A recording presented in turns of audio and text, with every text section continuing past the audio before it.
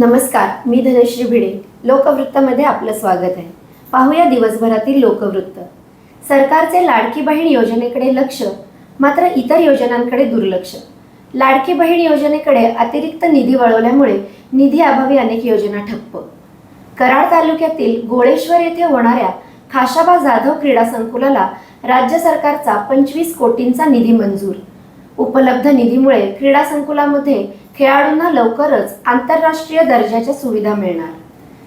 सातारा जिल्हा परिषदेच्या दक्षिण बांधकाम विभागालाच गळती. विभागाचा भोंगळ कारभार आला चव्हाट्यावर. प्रशासक राज असल्याने कोणाचा कोणावर वचक नाही. सौर ग्राम मान्याच्या वाढीची ख्याती पोहोचली भारतभर. पंतप्रधान सूर्यघर मोफत वीज योजनेबाबत केंद्र स्तरावर घेण्यात आली दखल. इतर गावांनीही अनुकरण करण्याचे मंत्रालयाचे आवाहन.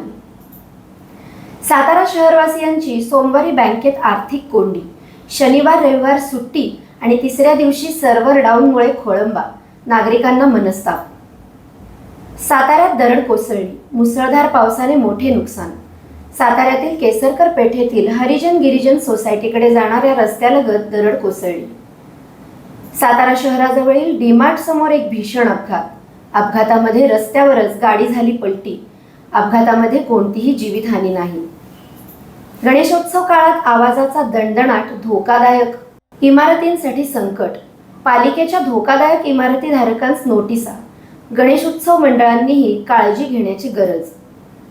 मरियाई कॉम्प्लेक्स ते मोनार्क चौक दरम्यान रस्त्यावरील खड्ड्यांमुळे अपघातांच्या प्रमाणात वाढ. पालिकेने रस्त्याची डागडुजी तातडीने करण्याची नागरिकांची मागणी. जिल्ह्यात विविध ठिकाणी दहीहंडी उत्सव धूमधडाक्यात साजरा. गोविंदा व नागरिकांनीही लुटला दहीहंडी उत्सवाचा आनंद.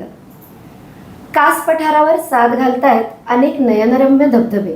विहंगम दृश्याने परिसराचे खुले सौंदर्य.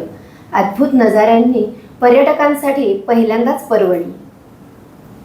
नागेवाडी तालुका सातारा येथे महामार्ग ओलांडणाऱ्या वृद्धाला भरधाव कारने उडवले.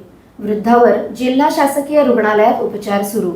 सातारा तालुका पोलीस ठाण्यात चालकावर गुन्हा दाखल. कोयना धरणाची पातळी 100 TMC पार.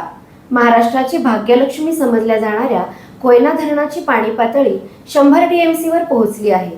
आज सकाळी 11 वाजता पायथागृहातून 2000 क्युसेक्सने पाणी सोडण्यात आले.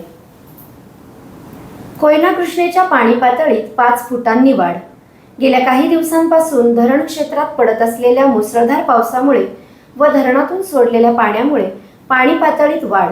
नदीकाठच्या गावांना सतर्कतेचा इशारा. कराडच्या भेदा चौकातला खड्डा नाही दिसला आणि रिक्षावाला फसला. खड्ड्यात घुसल्याने रिक्षा झाली पलटी.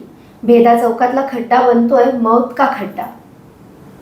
पाटण तालुक्याच्या हुंबरळी गावातील 227 कुटुंबियाचा पुनर्वसनाचा प्रश्न मार्गी लावू. जिल्हाधिकारी यांचे सातारा येथील बैठकीत ग्रामस्थांना आश्वासन. धावडी तालुका वाई ग्रामपंचायतला मिळणार 32 महिन्यानंतर सरपंच. शासनाची दप्तर दिरंगाई. अधिकारशाहीचा दुरुपयोगाचा मोठा नमुना. फलटण नगरपालिकेसमोरील रस्ते उखडले. रस्त्यावर मोठमोठे खड्डे. पालिकेच्या समोर असणाऱ्या रस्त्यावरून प्रवास करतानाच वाहन चालकांना करावी लागत आहे कसरत.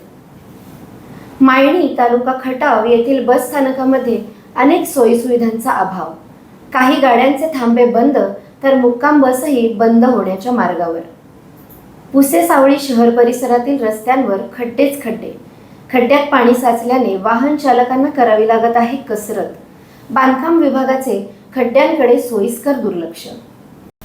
तर हे होतं आजचं जिव्हाळ्याचं लोकवृत्त. उद्या पुन्हा भेटूया. तोपर्यंत नमस्कार. लोकवृत्त न्यूजला फॉलो करा, सबस्क्राईब करा आणि हो, व्हिडिओ लाईक, शेअर आणि कमेंट करायला विसरू नका.